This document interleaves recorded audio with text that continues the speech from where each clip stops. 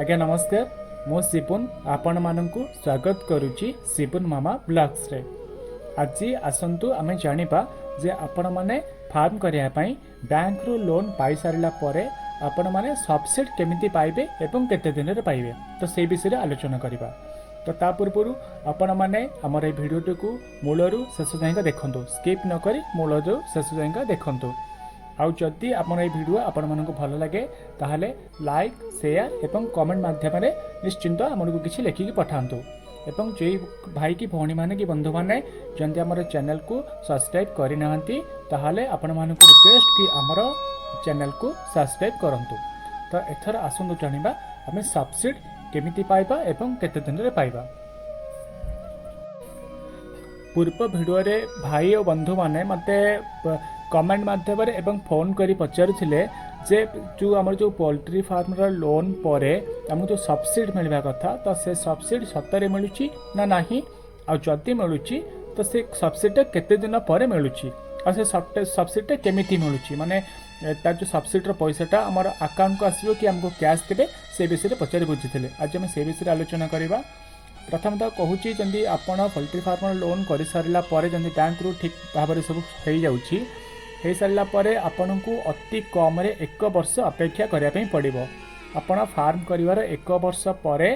अति कमटा कथा कहूची अति कम रे 1 वर्ष पर सब्सिडी रे आपन को 50% हो कि 40% हो आपन को प्रोजेक्ट कॉस्ट ऊपर जतिकी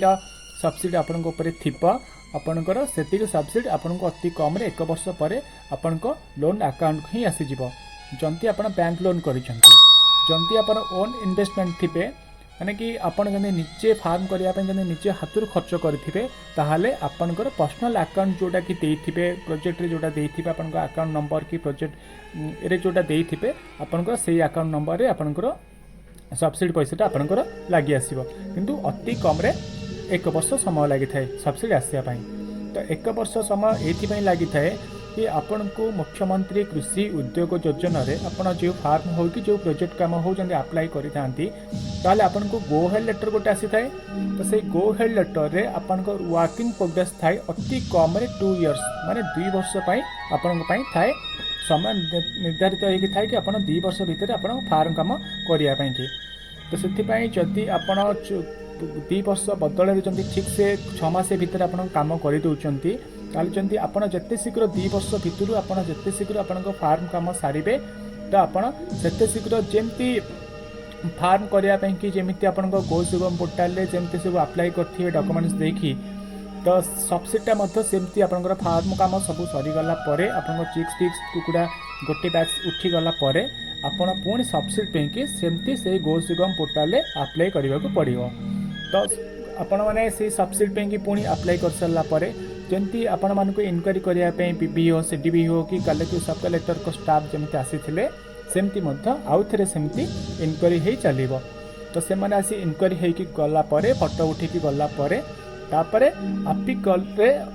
गोटे मीटिंग हबो आपिकल ऑफिस स्टाफ मानक सहित तांकर मीटिंग सरला परे से आपण को सब्सिडी आपण पाइबे केते कोन पाइबे तार फाइनल डिस्कस है कि आपण को लोन अकाउंट को सब्सिडी पड़े आसीबो माने आपण को सब्सिडी टंका दे देबे। बट आपण सब्सिडी टंका आपण को लोन अकाउंट को जो आसीथिबा आपण से लोन अकाउंट को सब्सिडी टंकाटा संगे संगे कटिबो नाही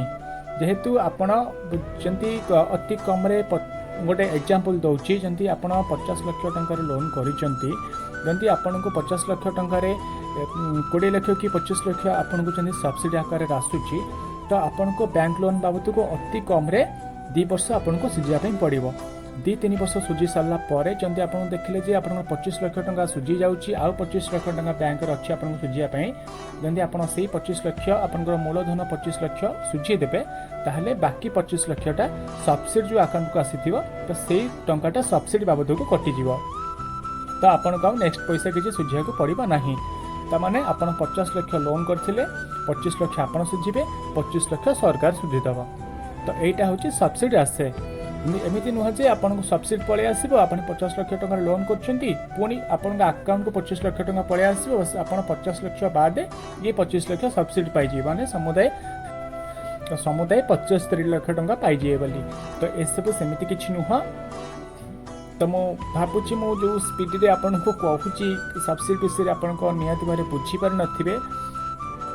जदि आपण मैंने ये सब्सिडी विषय बुझीपार नथिबे ताहले मते कमेंट माध्यम जनातु मु आउ गोटे भाग सेकेंड पार्ट रे मु ये सब्सिडी विषय आपन को